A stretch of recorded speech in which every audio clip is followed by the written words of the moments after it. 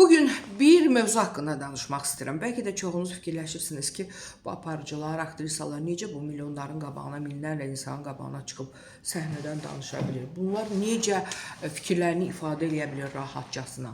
Efir qarşısında, səhnədə, insanların qabağında. Biz niyə bunu bacarmırıq? Çox vaxt iş yerində və yaxud toyda, hansısa tədbirdə səhnəyə dəvət edirlər, bir kəlmə sözdür və yaxud da 15-20 nəfərin içində deyirlər, bir kəlmə də səndir, amma deyə bilmirsən, həyəcanlanırsan. Əl-ayağın titrəyir, dilin dolaşır, nə deyəcəyini bilmirsən və bu səni narahat edir. Bu barədə danışmaq istəyirəm. Ki, utanmadan, çəkinmədən, həyəcanlanmadan, təşvişə düşmədən rahat danışmaq necə olur? Bu əslində natiqlik sənətidir. Bunun üçün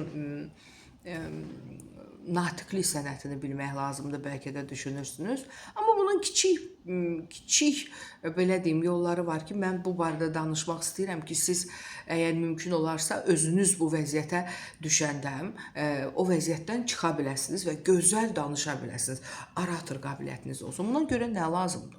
Məsələn, sizə dəvət edirlər, çıxırsan səhnəyəmi, 10 adamın içinə, 15 adamın içinə, toydamı, məclisdəmi, mikrofonu verirlər, nəsə demək istəyirsən, amma donub qalırsan. Beynində dünəndən dolaşdırdığın fikirləri söyləmək istəyirsən, amma söyləyə bilmirsən. Fikirlər qarışır bir-birinə, bərbad bir şeylər söyləyirsən. Niyə? Çünki o an sən fikirləşirsən ki, ayla, mənə görə sən nə deyirlər mənim haqqımda? Ha, orada 2 nəfər pıçıldaşdı, gözümə sataşdı. Ha, onlar gülür, mənə gülür yəqin. O yanda oturanlar nədir? Ayla, buradan qaça bilsəydim. Ay, bu nə vəziyyətdir, mən düşdüm. Mən neyniyim, necə eləyim? Həyəcan keçirirsiniz, təşviş keçirirsiniz, qorxursunuz. Görəsən nə düşünürlər? Axmaq görünürəm, mən görəsən bərbad görünürəm. Bir dənə buradan gedə bilsəydim, mən necə rahat olardım. Belə fikirlər düşünürsünüz. Amma əslində bu fikirlərin hamısı boş. Çünki səhnəyə çıxıb hansısa bir fikir söyləmək, adi gündə danışdığınız kimi bir şeydir. Səhnəyə çıxmaq, 10 adamın içində danışmaq, 15 adamın içində danışmaq, bu dünyanın sonu deyil. Bu əslində, mən deyərdim dünyanın sonu deyil, amma yeni bir başlanğıçdır. Yəni, əslində diqqətli olmaq lazımdır. Siz çıxdınız, dəvət elədilər, dünəndən hazırlar. Elə olur ki, mənim də tanış bilişim deyir ki, sabah filan kəsin toyudur, deyib sənə söz verəcəm. Ay görüm, mənə bir neçə söz deyinə, mən çıxım orada tərif edeyim. Mən də yazıram, verirəm, deyirəm ki, sən qalxanda belə bir söz deyə bilərsən ki, oğul bir dünyanın məhəbbətidir, qızsa Tanrının əmanətidir. Allah Tanrının əmanəti olan qızımızı, bu dünyanın məhəbbəti olan oğlumuza sevgi dolu, eşq dolu günlərlə bəxş eləsin. Məsələn, bir 2-3 cümlə adam gedir və çıxıb o 2-3 cümləni deyə bilmir. Belə götürəndə toydur, özünüzünkilərdir, əziz doğmalarınızdır, olmur. Burada diqqətli olmaq lazımdır, çox diqqətli. Çünki qədim Misirlilər Horus tanrısına sitayiş edirdilər. Horus tanrısı diqqətli olan diqqət tanrısıydı. Siz çıxdığınız yerdə seçirsiniz, ümumi olduğunuz yerdə 15 nəfər, 20 nəfər, 100 nəfər, 500 nəfər, 1000 nəfərin içində o an bir göz gəzdirirsiniz, özünüz üçün bir nəfər oradan tapırsınız. Bir nəfər. Və tapırsınız, diqqətinizi o adama yönəldirsiniz. Məsələn, mən bir də görürsünüz teatrda deyirlər ki, mən oradaydım, görmədim. Deyirəm, görmədim. Görmədim. Kamera kimi bir nəfərə fokuslanırsınız. Bircə nəfərə. Və ona danışırsınız. Elə bilin ki, dostunuza danışırsınız, sevgilinizə danışırsınız, əzinizə. Bir nəfərə. Yəni, bu bir nəfərə baxmaq sizin bütün fikrinizi toplamaqdır. Və deyirsiniz ki, bu bir adamdır da, mən ona baxıram. Və avtomatik o adam sizdən o enerjini alır, siz danışdıqca o sizə diqqətlə qulaq asır. Başqa da heç kimi görmürsünüz. Heç kimi. Və bilirsiniz, mənim əzizlərim, belə olan anda o qorxulu görünən, sizi həyəcana salan, təşvişə salan o hisslər, həyəcanlar sizdən uzaqlaşır. Amma siz səhnəyə çıxanda bir nəfərə baxmırsınız, bir yerə baxmırsınız. Bir yerə də baxa bilərsiniz. Məsələn, nəsə danışırsınız, konkret bir nöqtə tapın. O ola bilər, bir şəkil ola bilər, tavanda ola bilər, yerdə ola bilər. Amma uzaqda bir nöqtəni tapıb ona diqqətlə baxırsınız və ora danışırsınız sözünüzü. Elə bilirsiniz ki, zalda heç kim yoxdur, Bircə nəfər, bir dənə nöqtə, bir şəkil, bir ağac, bir çiçək, nəyəsə, amma bir yerə fokuslanırsınız kamera kimi.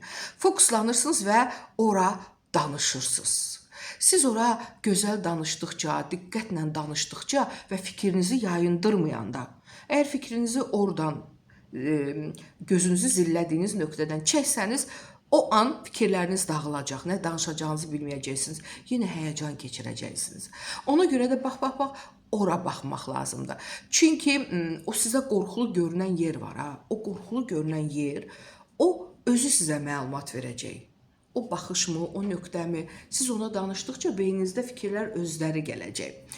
Yəni, ona görə də həmişə rəqiblərlə müəyyən müzakirələr aparmaq lazımdır. Söhbət eləmək lazımdır. Mübahisə deməzdim, diskussiya eləmək lazımdır, dialoq qurmaq lazımdır.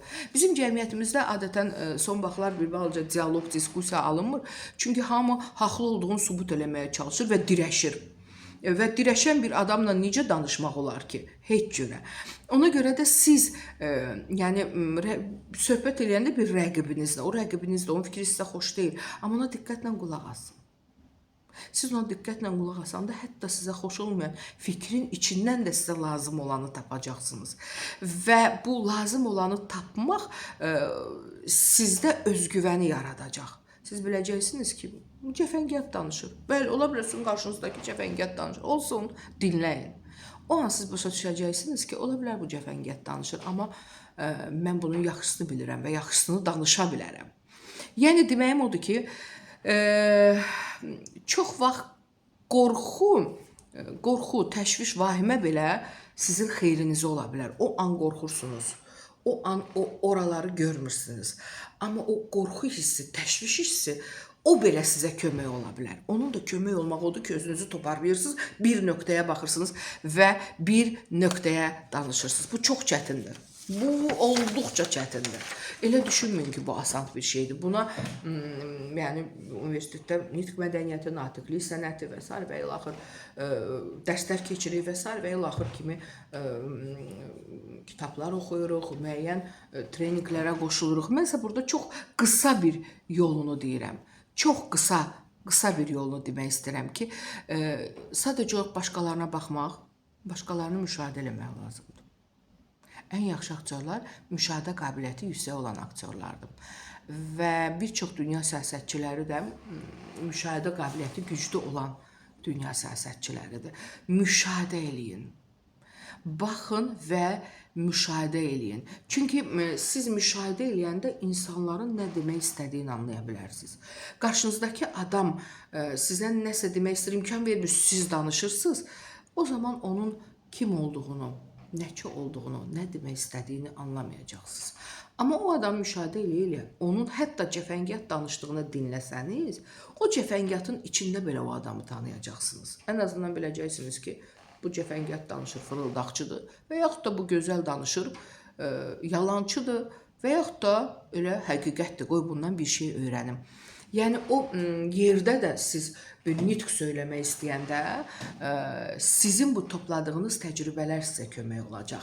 Yəni, bilirsiniz, insanların çoxunun hərənin bir bacarığı var. Hərə bir cürdür. Hətta introvertlər, yəni ünsiyyət qurmağı sevməyən adamlar belə kimlərləsə ünsiyyət qurmağı bacarır. Kimlə? Məsələn, mənim rəfiqəmin bir qızı var idi, o özünə qapanıq bir qız idi. Qonaq gedəndə heç kimlə görüşmürdü, qoymurdu, otağından çıxmırdı. Amma çox qəribədir, biz gedəndə o uşaq məndən ünsiyyət qururdu, söhbət eləyirdi.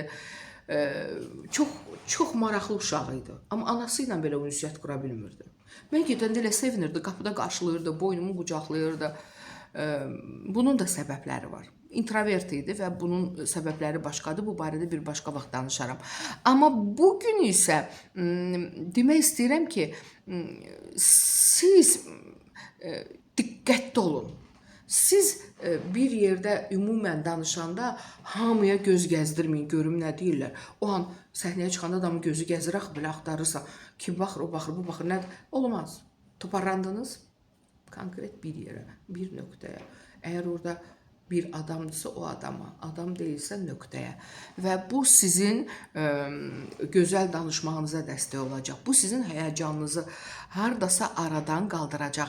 Yəni bu an siz fikrinizi bir yerə, bir nöqtəyə zilləyəndə, diqqətinizi ora yönəldəndə sizin fikriniz özünüzə deyil, ora köklənir. Siz ora danışırsınız. Amma özünüzə köklənəndə görən mənim haqqımda nə deyirlər, görən mənim haqqımda nə danışırlar, bu sizə mane olur. Ona görə də siz görmə qabiliyyətinizdən istifadə eləməlisiniz. Nəzarəti başqasına yönəldəndə bədəninizin avtomatik bütün mexanizmləri işə düşür. Başa düşürsünüz, artıq siz sıxılmırsınız. Çünki siz ora danışırsınız. Bir də var, özünüz üçün nə dedilər, nə düşündülər. Bunlar olmayacaq. Siz bədəninizin bütün mexanizmini bir kəsə, bir nöqtəyə, bir yerə yönəldəndə çox rahat, çox gözəl ora danışa bilirsiniz. Çıxdınız səhnəyə və seçdiniz bir yer və yaxud bir nəfər. Ora elə gözəl danışırsınız. Yəni deməyim odur ki, mənim əzizlərim, əgər sən yerə baxırsansa, başına aşağı dik bir yerə baxırsansa, heç nə danışa bilməyəcəksən. Çünki yerdən o enerjini ala bilmirsən. Sən insanlara baxırsansa, insanlardan da o enerjini ala bilməyəcəksən. Əksinə fikrin özünə yönələcək ki, çünki o an, səhnəyə çıxan an hərə bir şeylə məşğuldur, fikri bir yerdədir. O an heç kim fikrini toparlayıb sənə cəmlənə bilmir. Qarşındakı insanların, çox insanların, qoy olsun 3 nəfər, 5 nəfər, 10 nəfər, 1000 nəfər, 100 nəfər, o insanın fikrini sənə yönəltmək üçün öncə sən özün fikrini onlara yönəltməlisən. Yəni, əgər sən fikrini toplaya bilmirsənsə, əlbəttə ki, onlar da sənə köklənməyəcək. Ona görə mənim əzizlərim, bu çox da çətin bir şey deyil. Sadəcə olaraq siz özünüzü toparlayıb, diqqətinizi toparlayıb bir yerə baxırsınız və beyninizdə fikirlər özləri gələcək ora danışmağa. Yəni, yox, əgər lap şeir deməyə çıxırsınız, bir şeir demək istəyirsiniz, sevdiyim ləblərin yaquta bənzər, fikrim yayındısa mən onu ardın gətirə bilməyəcəm. Sərasər dişlərin dürdanədəndir, sədəf dəhanından çıxan sözlərin, hərəsi bir qeybi xəznanədəndir. Mən fikrimi yönəltdim sizə, kameraya və başqa da heç nəyi görmürəm burada. Hal-hazırda mən evdə oturmuşam, sizinlə danışıram və tək sizi görürəm. Kameranı. Orada nə düşünəcəklər, nə deyəcəklər, burada nə deyəcəklər bilmirəm. Nəyə görə biz incəsənət adamları, aktyorlar falan sosial şəbəkələrdə az oluruq? Çünki biz o yazılanları oxuyuruq, biz o yazılanları görürük və çalışırıq ora köklənməyək, ora baxmayaq. Məsələn, bəziləri var ki, hamının cavabını verir, ağzına gələni deyir, falan eləyir, için rahatlayır. Amma bizim belə bir komfortumuz yoxdur. Biz tanınmış adamlarıq və biz ağzımıza gələni danışa bilmərik.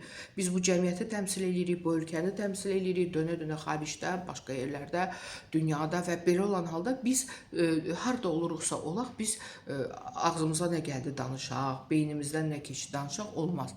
Biz danışdıqlarımızı, düşüncələrimizi filtrə edib danışırıq. Ona görə də biz sosial şəbəkədə də diqqətimizi bir yerə yönəldirik, kameraya yönəldirik və yaxud oradan bir nəfər seçib onunla ünsiyyət qururuq ki, o bərbad şeyləri görməyək. Yəni, sizə də məsləhətim budur. Gözəl danışmaq istəyirsinizsə, gözəl muncuq kimi sözləri cümlələrə düzmək istəyirsinizsə, mirvari kimi, o anda mənim bu videomu izləyin. İzləyin, rahat, arxayın, ürəyiniz istəyən məclisdə, ürəyiniz istəyən tədbirdə siz səhnəyə qalxıb və səhnədə olmadan insanların yanında, əhatəsində diqqətinizi özünüzə cəlb eləyib gözəl danışa bilərsiniz. Yetər ki, bu videonu izləyin. Təşəkkür edirəm.